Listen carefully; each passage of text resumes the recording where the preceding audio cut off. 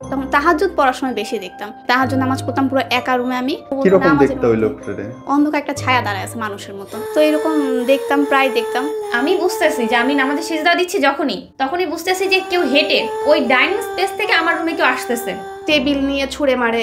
Table তো দেখতো কি যে জানালা রাত্রিবেলায়, অনেক রাত্রিবেলায় জানালা আটকানো কিন্তু পর্দা উঠতেছে। আসসালামু আলাইকুম। আজকের এই গল্পটা একটু ভূতের, এবং আজকের এই গল্পটা অপ্রাকৃত সব ব্যাপার স্যাপার নিয়ে। অনেকেই বলেন ভূত আছে, অনেকেই বলেন ভূত নাই, অনেকেই বলেন জিনের আসর হয়তো আসে, অনেকেই বলেন এগুলো অলীক কল্পনা। কিন্তু আজকের এই গল্পটা যারা বলতে এসেছেন তারা এর ভেতর দিয়ে গেছেন। 3 বোন আজকে আপনাদের এখানটায় আছেন, এবং এই গল্পটা শুনলে শিক্ষা যেমন পাবেন, একই সাথে একটা অতি প্রাকৃত শক্তির সঙ্গে আপনারা পরিচিত হবেন। একই সঙ্গে নোট দিয়ে রাখি, যদি আপনি চান আপনার গল্পগুলো আমাদের সঙ্গে শেয়ার করতে, স্ক্রলে দেখানো ইমেইল অথবা ফোন নাম্বারে হোয়াটসঅ্যাপ করে চলে আসুন, ইনশাল্লাহ কথা হবে। আর ভিডিওটা দয়া করে শেয়ার করবেন, চ্যানেলটা সাবস্ক্রাইব করে আমাদের সঙ্গে থাকার জন্য আপনার ধন্যবাদ। কি নাম 3 জনের? কাজী সাবিয়া সুলতানা, সুমাইয়া নুসরাত, কাজী রুবাইয়া। ঘটনাটা কার সাথে? সুমাইয়ার সাথে। সুমাইয়া, শুনি একটু, মানে কেন কি আচ্ছা, হলো? তো ঘটনাটা ছিল হচ্ছে 2018-তে, 18 থেকে মানে শুরু এরকম। তো তখন হচ্ছে আব্বু বাসায় ছিল না। তো সাধারণত আমার বাবা কি করে যে পুরা ঘর বন্ধক দিয়ে রাখে, হচ্ছে ঢাকা দিয়ে আর কি, পুরা ঘর বন্ধক দিয়ে রাখে যেন জিনের প্রবেশ না হয় বা কোনো খারাপি শক্তির প্রবেশ না হয়। তো এখন আব্বু 40 দিনের জন্য তখন হচ্ছে চিল্লাই গেছিল, এক চিল্লায় 40 দিনের জন্য। তো তখন হচ্ছে যে সাধারণত ওখানে গেলে যোগাযোগটা একটু কমই হয়, তো কমই হয়। তো হঠাৎ একদিন যখন আব্বু চিল্লায় থাকাকালীন একদিন দেখে যে কি ওই 40 দিনের যে প্রথম দিনই এটা দেখছে সেটা না, তো ঘর তো বন্ধক দেওয়া, তার মধ্যে ও কিভাবে ঘুম থেকে উঠে হঠাৎ করে হাঁটতে দেখে ভোরবেলা। আচ্ছা, একদিন দেখে, আম্মু দেখে, সাদিয়া দেখে, ঠিক আছে, ওরা এটা হয়তো বা মানে দুজনের সাথে শেয়ার করে যে এটা নিয়ে ডিসকাস করবে, জিনিসটা এরকম ছিল না। তো তারপর যখন সেকেন্ড দিন দেখে, থার্ড দিন দেখে, এরকম যায়, তো ঘর তো বাঁধানো, এইটা কেন হবে, কথা হচ্ছে এইটা। তারপরে দেখে যে সকালবেলা উঠে হাঁটতেছে, সকালবেলা বলতে হচ্ছে একদম শেষ রাতের দিকে, ওকে ওকে, ভোরের কিছুক্ষণ আগে আর কি। তো তখন ঘর তো বাঁধানো, এমনটা তো হওয়ার কথা না। তো দেখে কি যে মানে এগুলো আবার চেক দেয় যে আম্মু চেক দিছিল যে ঘরের যেই আব্বু যেই ধাগাগুলো ঠিক আছে কিনা। তো বুয়া সম্ভবত পরিষ্কার করতে গিয়ে ফেলে দিচ্ছে, নয়তো কিছু একটা হয়েছে, কিন্তু একটা মিসিং। তো যখন একটা মিসিং দেখছে আম্মু, তখন তো আব্বু ছাড়া তো এটা এখন আর কেউ দিতে পারবে না। আর হচ্ছে আব্বুকে যে জানাবে এই ঘটনা আগে ওইভাবে জানায় নাই আম্মু।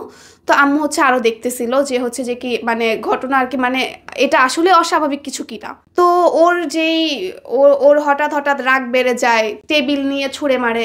টেবিল মানে ল্যাপটপ টেবিল যেটা, পড়ে দাও দেখি কি বলে। ও যে সেই টেবিলটা জাগাবে এটা শক্তি বা পায় কোথায়? আমাদের কথা ছিল ওইটা যে ওর টেবিলটা জাগানোর শক্তিটা তখন আরো অনেক চিকন ছিল। ওই অবস্থায় ও টেবিল জাগায় উঁচু করে ছুঁড়ে মারতো। ল্যাপটপ টেবিল না, হ্যাঁ বুঝতে পারছি। ওইটা একটা টেবিল তো ছুঁড়া সে মানে ভাঙিয়ে ফেলছে। তারপরে হচ্ছে যে কি আব্বুকে হচ্ছে ফোনে শেয়ার করা হয় মাঝে থেকে। তো আম্মু যখন সবকিছু বলে, তো আব্বু আবার কি করে যে আব্বু ফোনের মধ্যে মাঝে মাঝে ওকে ফু দিয়ে দিত। তখন আবার হচ্ছে যে কি মানে ফোনটা কানে নিয়ে এরকম করে জাস্ট ফু দিত, ওই আওয়াজটা জাস্ট ওর কাছে আসতো এরকম।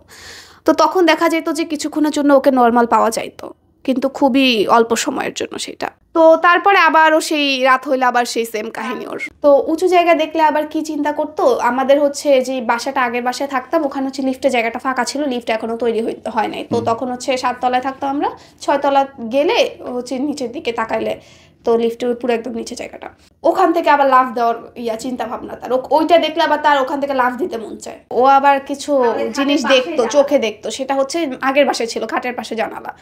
তো দেখতো কি যে জানালা রাত্রিবেলায়, অনেক রাত্রিবেলায় জানালা ওখান থেকে মানে অটো পর্দা, জানালা আটকানো কিন্তু পর্দা উঠতেছে, আর হচ্ছে রক্ত মাখানো হাত না কেমন হাত দেখছে। তো আমি তো দেখিনি, ও দেখছে। কিন্তু বলতে পারবা? তো এই যে আমি যে কাপড়টা পরা, সেম এরকম কাপড় পরা, কিন্তু সেটা সাদা কাপড়। হাতটা এইভাবে করে জানালা থেকে এইভাবে আস্তে আস্তে নেমে যাচ্ছে, জানালার উপরে হাত বাহিরের দিকে, হাতটা এইভাবে নেমে যাচ্ছে। সিল্কের কাপড় আছে না, ওগুলো এইভাবে নেমে যাচ্ছে। তো এই জিনিসটা যখন আমি চোখে দেখছি তখন আমি খুব ভয় পাইছি। তখন আমি ঠিক কি করতেছিলাম বা ঠিক মনে নাই, কিন্তু এই জিনিসটা দেখার পর আমি খুব ভয় পাইছিলাম। তো তখন আদৌ আমার সাথে কিছু ছিল কিনা বা কোন সেন্সে ছিল। তোমার কি মনে আছে যে সেই সময় তোমার কোনো ফিজিক্যাল অ্যাক্টিভিটি হইতো কিনা বা কোনো স্পেশাল পাওয়ার মনে হইতো কিনা শরীরে? যে আমার শরীরে কোনো স্পেশাল পাওয়ার আর না, এরকমটা কখনো মনে হইতো না। তাহলে এই যে এত বড় বড় টেবিল উঁচু করে ফেলতেছো, মারতে যেতেছে, সবাই মিলে তোমায় ঠেকাইতে পারতেছে না, হাউ ওয়াজ ইট? এটা কিভাবে আমি বললাম না যে ওই জিনিসগুলো আমার একদমই মনে নেই, মনে পড়েও না ওর ওভাবে। ভেতরে মনে হয় কোনো কিছু ছিল, আমার সম্ভবত ধারণা যে ওর ভেতরে সারাদিনই কিছু একটা কাজ করতো। যখন আব্বুর ওই ফুটা পাইতো, ওই অতটুকু সময় পর্যন্ত সে ঠিক থাকতো, একদম নর্মাল থাকতো, এরপর থেকে আবার চেঞ্জ হয়ে যেত। হ্যাঁ, ঠিক হয়েছে তো কেন? দেন হচ্ছে আব্বু আসার পরে আব্বু না আসা অবধি তো ঠিক হয় নাই। দূর থেকে যতই ট্রিটমেন্ট করছে না কেন, আব্বু যতই ফুক দিচ্ছে না কেন, সেটা ঠিক হয়েছে সাময়িক সময়ের জন্য, খুব অল্প সময়ের জন্য। তো যখন আব্বু আসে তখন আব্বুকে একদম first to last all everything বলা হয়। তো যখন আব্বুকে first to last all everything বলা হয় তখন আব্বুর ট্রিটমেন্ট স্টার্ট করে। তো এইভাবে করে এই চিকিৎসা হচ্ছে দিছিল আব্বুকে। তারপরে হচ্ছে এই 1 সপ্তাহের মধ্যে আল্লাহর রহমতে সুস্থ হয়ে গেছে। তো মাঝখান থেকে আবার সমস্যা ওর হয়েছিল, মানে এত শুকায় গেছে, কাউকে কিছু বলতো না, কিচ্ছু না। তোমার সমস্যাটা তুমি বলো। কি হয়েছে সাদিয়া? তখন হচ্ছে ওই নামাজের মধ্যে আমি জাস্ট মানে সেজদা দিলে দেখতাম কি যে এই পাশে হচ্ছে গিয়ে কেউ একজন আছে, মানে দাঁড়ায় আছে আমার সামনে। মন কান্নে কিসে দেখতে নাকি তুমি? আমি জানি না, আমি এই পাশে মনে হয়তো কেউ আছে। আচ্ছা, আবার উঠে যখন দাঁড়াইলাম তখন আবার মনে হয় কি কেউ নাই, কিন্তু আমি আবার সূরা পড়া স্টার্ট করলে তখন আবার মনে হতো কেউ একজন আমার পুরো পাশে আছে। আমি তো নামাজের মধ্যে তাকাইতে পারবো না তার দিকে। তা আমি এইসব ভয়গুলো যখন পাইতাম না তখন বলতাম, কিন্তু আম্মু বলতো কিরকম নামাজের দেখতে ওই লোকটারে? পুরো অন্ধকার একটা কিছু দাঁড়ায় আছে ছায়ার মতন, মানে দেখতে পারতাম না, অন্ধকার একটা ছায়া দাঁড়ায় আছে মানুষের মতন। তো এরকম দেখতাম, প্রায় দেখতাম। তখন তাহাজ্জুদ পড়ার সময় বেশি দেখতাম, যে তাহাজ্জুদ নামাজ পড়তাম পুরো একা রুমে আমি। আর তাহাজ্জুদ পড়তাম মেইনলি কিছু দোয়ার জন্য। আমি তো ওইটা একা করতাম, কারণ আমি কান্নাকাটি করে দোয়া করব, এটা আমি একা করতে পছন্দ করি। তো পুরো ডাইনিং রুমটা, আমাদের ডাইনিং স্পেসটার মধ্যে পুরো অন্ধকার থাকে রাত 3টার দিকে, তখন নামাজ পড়ি ওখানে। তো ওইখানে আরও বেশি সমস্যা হইতো। ওখানে কেমন একটা হাঁটা দৌড়ানো সাউন্ড পেতাম আমি। তারপর আমি আশেপাশে তাকাইতাম না, আমার তো নামাজ ঠিক থাকতে হবে, কারণ আমি ওখানে একটা দোয়া করার নিয়তে বসছি, আমি এই দোয়াটা আজকে করবো। নতুন বাসায় ছিল, বলো বলো। এটা হচ্ছে নতুন বাসায় ছিল। তো ওইরকম ওই নতুন বাসাটা বাঁধানো না আমাদের, নতুন মাকে কেবল নিছি এরকম বাসা, তো এখন বাঁধানো হয়নি। তো তখন হচ্ছে নামাজ পড়তাম, তখন এরকম যখন প্রবলেমগুলো হইতো বলতাম, আব্বুরে বলতাম না আম্মুরে বলতাম। আমি সব কথা বেশিরভাগ আম্মুর সাথে শেয়ার করা হতো। তা আম্মুরে বলার পর আম্মু বলছে আচ্ছা তোর আব্বুরে বলবো না, তুই এখান থেকে কিছু কাগজ খাইস। এখন আমার ওইরকম ছিল না, খাইও নাই, কেউ খাওয়াই দেয় না, খাইও না, এরকম ছিল।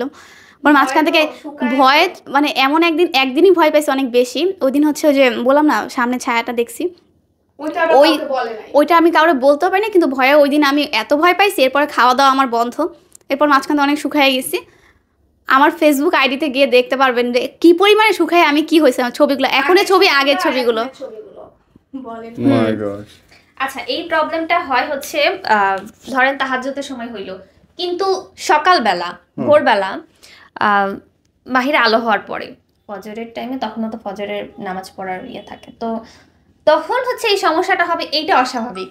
তাহাজ্জুদের সময় হয় সেটা ঠিক আছে, সেটা মানা যায়, তাহাজ্জুদের সময় অনেকে ডিস্টার্ব করে, কিন্তু সেই সময়টা অস্বাভাবিক সকালবেলা। তো আমি একদিন সকালবেলা, এটা রিসেন্ট ঘটনা, কয়েকদিন মানে 10 দিন হবে, তো তখন হচ্ছে আমি নামাজ পড়তেছি সকালবেলা। আমি বুঝতেছি যে আমি নামাজে সিজদা দিচ্ছি, তখনই বুঝতেছি যে কেউ হেঁটে আমার রুম থেকে মানে 4-5 পা হাঁটতে হবে, হাঁটলে পরে আমার রুম থেকে বেরোয় এই। কিন্তু ওই ডাইনিং স্পেস থেকে আমার রুমে কেউ আসতেছে, সাথে আমার আম্মুর রুম। আমি মনে করলাম কি যে আম্মু উঠছে কিনা, এটা ভেবে, নামাজের মধ্যে তো বুঝতে পারি যে কেউ আসতেছে, তো এটা ভেবে আর কোনো কিছু না, আমি আমার কাজে নামাজ পড়তেছি, সালাম ফিরাইছি, তখনও চুপ করে বসে আছি, বুঝতেছি যে কেউ হেঁটে আসতেছে। আচ্ছা, হাঁটতে কি এতক্ষণ লাগে? সে কন্টিনিউ হাঁটতেছে। এখন আমি যে পিছনে একটু তাকাইছি, হাঁটার শব্দ সাথে সাথে বন্ধ। আচ্ছা, এরপর আমি আর পেছনে তাকাইনি, সাথে সাথে আবারও হাঁটতেছে সে। আমি যখনই পেছনে তাকাচ্ছি মনে হচ্ছে যেটা আমার পাশে দাঁড়ায় আছে, এটা আমি ফিল করতেছি। আমি কিন্তু কাউকে দেখি নাই, মানে যেটা আমি কাউকে দেখি নাই, কিন্তু আমি ফিল করতেছি স্পষ্ট হাঁটার শব্দ, স্পষ্ট হাঁটার শব্দ। তো শব্দটা যখন আমি পাচ্ছি তখন আমি বারবার এবং পেছনে তাকাচ্ছি, ঠিক আছে নাই। আবার আমি গেলাম, ঠিক আছে এটা নর্মাল। আমি নামাজে দাঁড়াইছি, আবার দাঁড়ানোর পর সে একই শব্দ। তখন আমি এই যে সিজদা দিচ্ছি, আমার মনে হচ্ছে কি খাটের নিচ, আমি তো সে খাটের নিচ, এদিকে সাইডে নামাজ পড়তেছি, তখন খাটের নিচটা দেখা যাচ্ছে। মনে হচ্ছে কি যে আমি ওইদিকে একবার তাকাই, ওখানে কিছু দেখতে পারবো, এখন একবার তাকাই, মানে মন এমন বলতেছে যে না সুমাইয়া তুই তাকা, এরকম বলতেছে। তো না, তারপর তাকানো যাবে না, নামাজের মধ্যে কিভাবে তাকাই, এটা হয় না। তো নামাজ শেষ করছি, শেষ করে কি যেন মনে হলো জানি না, খাটের নিচে তাকাইছি, কিছু না। তারপরে আমি উঠে ভয় লাগে, তাকাই তো তখন ভয় লাগে, তো উঠে আম্মুর রুমে গেছি, আম্মু ঘুমায়, ওরা দুইজনের রুমে ঘুমাচ্ছে, আমার ভাই ঘুমাচ্ছে, আমি আমার মূলত ভাইয়ের সঙ্গে ঘুমাই। তো আমার ছোট ভাই ঘুমাচ্ছে, সব ঠিক আছে, কেউ বাসায় সজাগ নেই, কিন্তু এই হাঁটার শব্দটা আমি কন্টিনিউ পাইছি। কিন্তু আমার কাছে অস্বাভাবিক লাগছে যে তাহাজ্জুদের সময় এই প্রবলেমটা হয় মানা যায়, কিন্তু সকালবেলা, হ্যাঁ সকালবেলা এই প্রবলেমটা কেন হবে? অনেকে ডিস্টার্ব করতে আসে, মানে অনেকে ডিস্টার্ব করতে আসে বলতে তাহাজ্জুদ কি একা পড়লে, তাহাজ্জুদ একা পড়লে, এটা আপনিও একদিন তাহাজ্জুদ পড়ে দেখেন ভাইয়া, যখন একা একটা রুমে পুরো অন্ধকারে পড়বেন, প্লাস নিয়ত থাকবে যে আমি আল্লাহর সামনে দাঁড়ায়, একেবারে আল্লাহর সামনে দাঁড়ায় নামাজ পড়তেছি, এরকম একটা ভিতর থেকে একটা দেখবেন আপনার প্রবলেম হবে না, হবে প্রবলেম হয় তাহাজ্জুদের সময়, একটু ডিস্টার্ব করে। আপনি আজকে একটু ট্রাই করে দেখেন ভাইয়া। আমার নিয়ত ঠিক নেই, কারণ আমার পড়ার সময় তো দেখি ফ্যানের সাউন্ড ছাড়া কিছু আসে না। আমার সাথে কেন হয় না সব, বাট আমি সত্যি চাই এরকম ঘটনা একটা ঘটুক। আপনি নিয়তটা ভাই একবার জাস্ট ঠিক করে সব অন্ধকার করে নামাজ পড়তে দাঁড়ায়েন। মেইন কথা হয়েছে কি ভাই, মানে আপনি মেবি জিনকে ভয় পান না, কারণ সাধারণত কি বিশ্বাস করতে হবে, ভয়কে ভয় পাইলে ভয় হচ্ছে আরো ভয় দেখায়, তো ওদের সমস্যাটা আমি তো আমার হচ্ছে কাছে আসলে বাইদা রাখবো কাজের লোক হিসেবে, এর জন্যই তো আপনার কাছে আসে না মেবি। আচ্ছা, তো আসো কেন?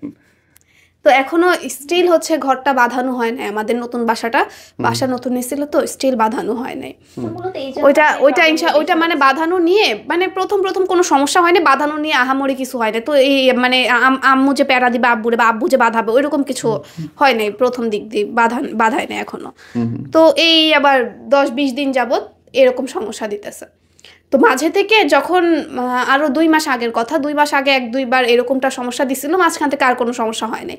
ওই যে বললাম শুকায় গেছে, এত বেশি শুকায় গেছিল যে ওর অবস্থা এত বেশি খারাপ হয়ে গেছিল। এখন তো এই যে আব্বুর কাগজগুলো খায় আল্লাহর রহমতে, এখন কিছুটা হইলে ফিরে আসছে। আগে মানে তাকানো যাইতো না, এতটা শুটকির মতন ছিল, খাইতো তো না, এখন তো হচ্ছে খাইতো না কিছু, আর দুপুরে একবার খাবে, দুপুর হওয়ার আগে আরেকবার খাবে, কন্টিনিউ খাবে। এখন হচ্ছে সকালে একবার নাস্তা করার পর আম্মু ঘুরে এসে আম্মু আমার খিদা লাগছে কিছু খেতে দাও, হ্যাঁ গেল, দুপুর হইতে না হয়তো আম্মু আবার কিছু খেতে দাও।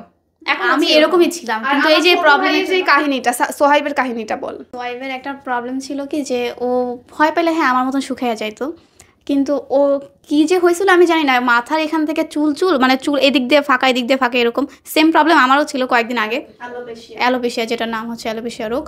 তো এরকম ছিল।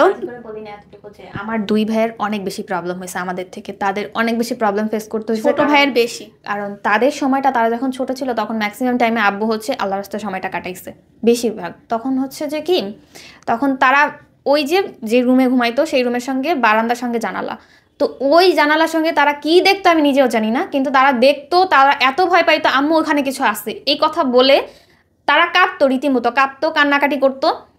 এই সমস্যাগুলো তারা সব থেকে বেশি ফেস করছে আমাদের থেকে। তো ঘটনাগুলো যদি শুনে নেন ওদের থেকে তাহলে ভালো হয়। তো ও যখন কাঁপাকাঁপি করতো না, আম্মুও ভয় পেয়ে যেত যে এত কাঁপতেছে, মানে অতিরিক্ত ভয় পেতো। আম্মু নিজেও ফোন দিত আব্বুর, কিন্তু আব্বু তো ওই যে যেখানে থাকতো জামাতে থাকতো, এত বেশি ফোন দিল আব্বু রিসিভ করতে পারতো না, তো ওকে না মানে সামলানো যাইতো না। ও 2017, 16, 17, 18 এই টাইমগুলোতে, 17, 18, 19, তো এই সময়গুলোতে আমার ভাইরা বেশি প্রবলেম ফেস করছে, দুজনই খুবই প্রবলেম গেছে ওদের। একজন তো হাফেজ, এত বড় হয়ে গেছে তবুও তার অনেক প্রবলেম হয়েছে, তবে হাফেজ হওয়ার আগে, হাফেজ হওয়ার পরে প্রবলেমটা হয় নাই, হ্যাঁ 15 পড়ার সময় এরকম বেশি প্রবলেম হয়েছে। আর ছোট জনের প্রবলেম কন্টিনিউ হয়ে যায়। ও আমি জানি না যে ওর এত প্রবলেম কেন হইতো, কিন্তু ওর প্রবলেম বড় জনের থেকেও বেশি হইতো। বাচ্চারা বা মেয়ে বা ছেলে সুন্দর ছিল, হ্যাঁ ও মাশাআল্লাহ দিলে অনেক সুন্দর আমার ভাইটা। তোমরা তো 3 বোনই সুন্দর, তোমাদের ভাইদের দেখি নাই। ও হচ্ছে আমাদের সবার থেকে আরো বেশি সুন্দর, মাশাআল্লাহ, নজর দিয়ে না কেউ।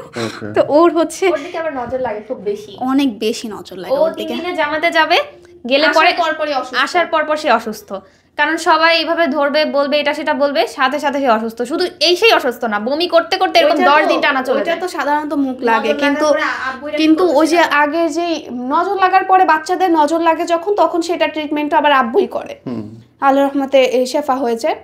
তো ওর যে এগুলো তো ওর নজরের কাহিনী, কিন্তু যখন ও এরকম মানে জিনদেরকে অন্য অন্য রূপে দেখতো আর আমাদেরকে বলতো, কিন্তু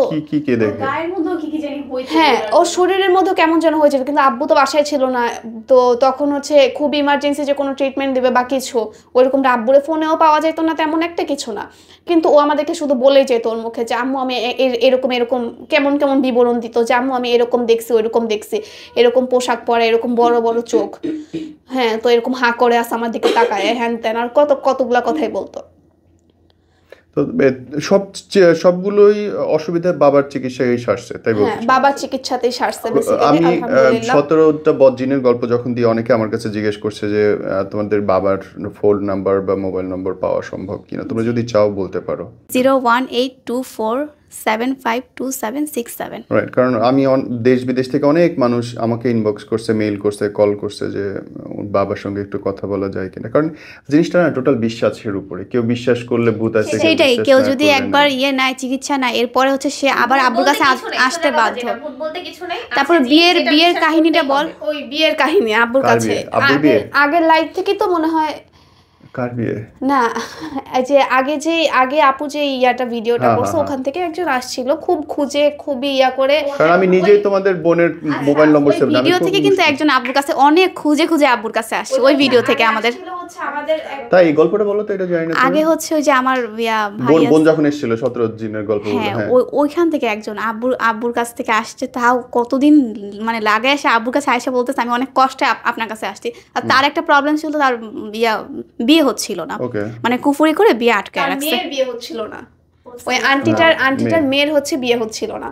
তো আমি আরো কয়েকদিন আগেই শুনলাম আব্বুর কাছে যে ওই আন্টির মেয়ের নাকি অনেক আগেই বিয়ে হয়ে গেছে, আব্বু নাকি ভালো মতন ট্রিটমেন্ট দিয়ে দিছে, আল্লাহর রহমতে ঠিকঠাক হয়েছে বিয়ে।